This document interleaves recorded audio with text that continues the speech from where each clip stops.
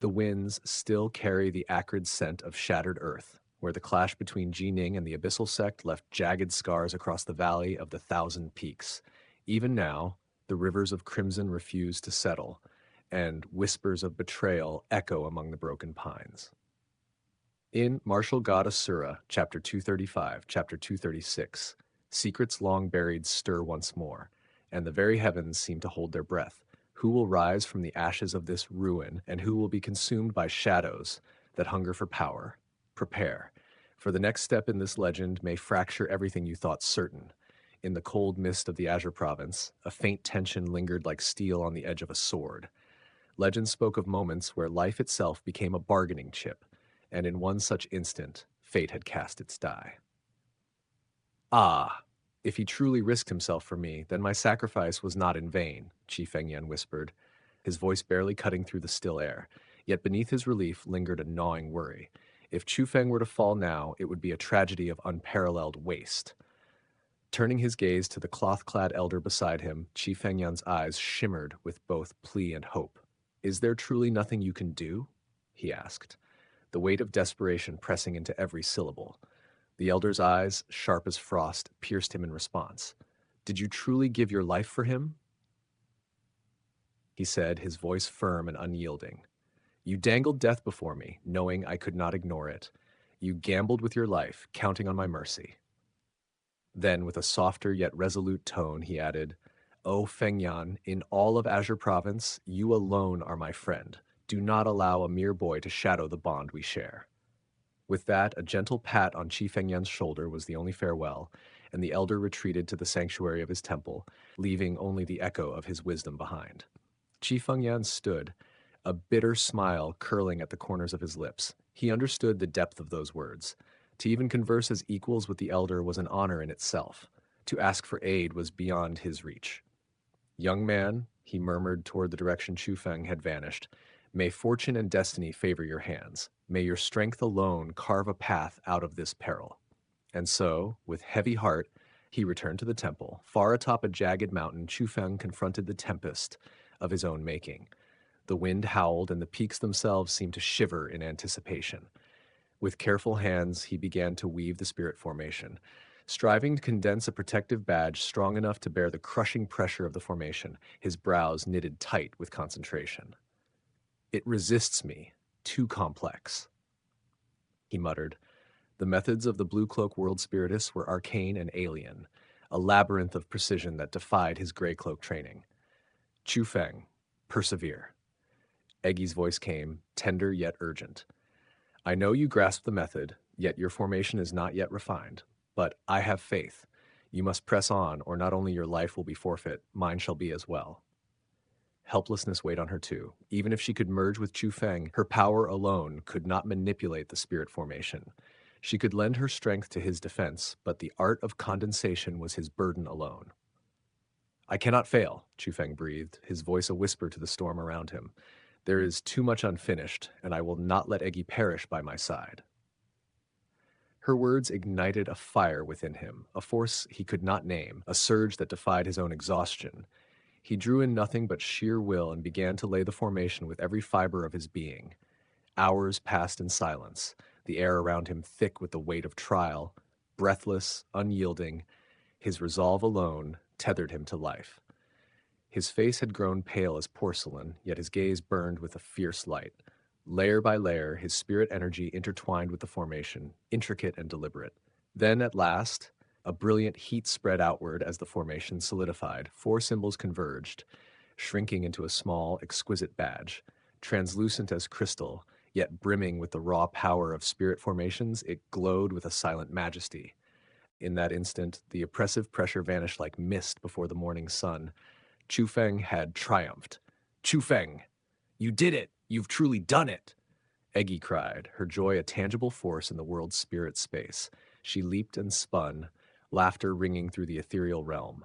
This victory was no mere survival, it was a revelation of Chu Feng's extraordinary potential, a talent that soared beyond ordinary bounds. Chu Feng's lips curved in a wry, grateful smile. I owe much to the senior who lent me the badge. Without that, this feat would have been impossible, he murmured, humility mingled with triumph.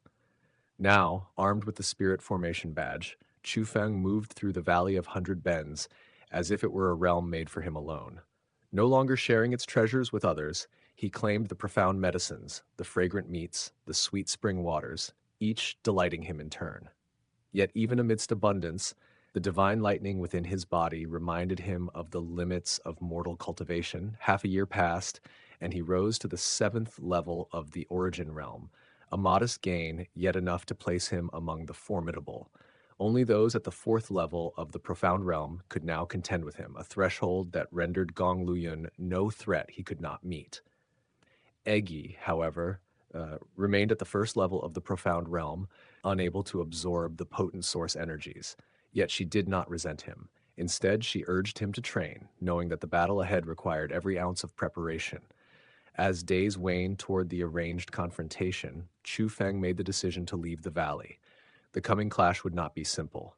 Lin Ran of the Qilin Prince's mansion would intervene to protect Gong Luyun. Chu Feng's mind, as sharp as any blade, planned each step carefully. No disaster would touch his family on his account. Meanwhile, atop another temple peak, the cloth-clad elder and Qi Fengyan engaged in a game of strategy and patience. Qi Fengyan's voice, filled with gratitude, echoed across the hall. Brother Heng Yuan, thanks to your guidance these days, I feel the cusp of breakthrough. If I continue like this, within half a year, I may ascend from the ninth level of the Profound Realm into the Heaven Realm. And in those words, the quiet intensity of cultivation, the unspoken bonds of loyalty and respect were etched into the tapestry of fate. The winds swept through the temple, carrying with them the promise of trials yet to come, and the whisper of legends being forged in the crucible of will and spirit.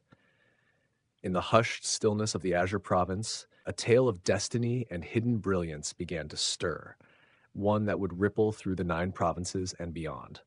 Listen closely, for the story that unfolds is one of young blood, unmatched talent, and the quiet shaping of legends. Qi Fengyang's eyes gleamed with restrained pride as he spoke to his old companion, the cloth-clad elder.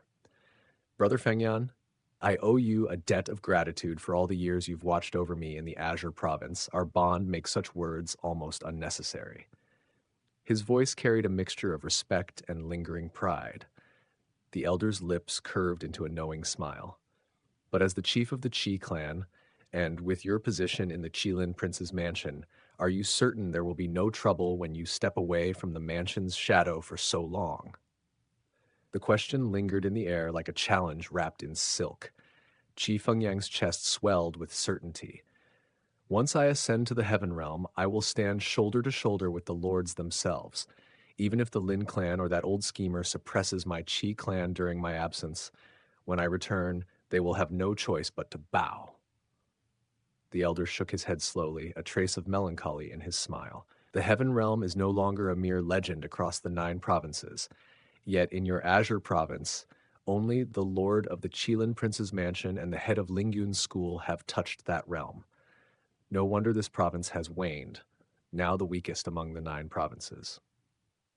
Qi Fengyang offered a bitter laugh, words caught between pride and regret. Once, the Azure Province had boasted the most formidable warriors, the strongest hearts, and the sharpest minds. But those days were long gone. The current generation paled in comparison, and even he could not escape the weight of that truth. A soft sigh escaped him as he gazed across the lands. Looking at the young cultivators of today, few shine with brilliance. Dugu Aoyun is promising. Yes, but in the grand scheme of the 9 provinces, he pales. Does heaven truly wish our Azure Province to fade? The elder's eyes sparkled with subtle amusement. Do not despair. An exceptional youth has emerged in your province. In time, he will surpass even Dugu Aoyun. Qi Fengyang's brow furrowed in curiosity and concern. Brother Hengyuan, what do you mean by that? The elder's smile deepened, shrouded in quiet pride. In the Valley of Hundred Bends, there has been another, a young man who spent half a year there, unseen and untouched. He harvested treasures from the monstrous beasts, mastering techniques from profound medicines and roaming freely within the valley. Most remarkable of all, he is a gray cloak world spiritist. Such prowess at his age speaks of a limitless future. Qi Fengyang's heart raced. A gray cloak world spiritist, and so young. Such talent could not be ignored. Yet a shadow of doubt crossed his mind. Brother Hengyuan, the Valley of Hundred Bends is perilous. Only a blue cloak world spear one from the heaven realm could withstand its pressures. How could a mere gray cloak survive there for half a year? The elder's chuckle carried both admiration and subtle praise. Ah, therein lies his genius. And also, thanks to you, Brother Fengyang, that protective badge you once entrusted him allowed him to condense the formation. Without it, his survival would have been impossible.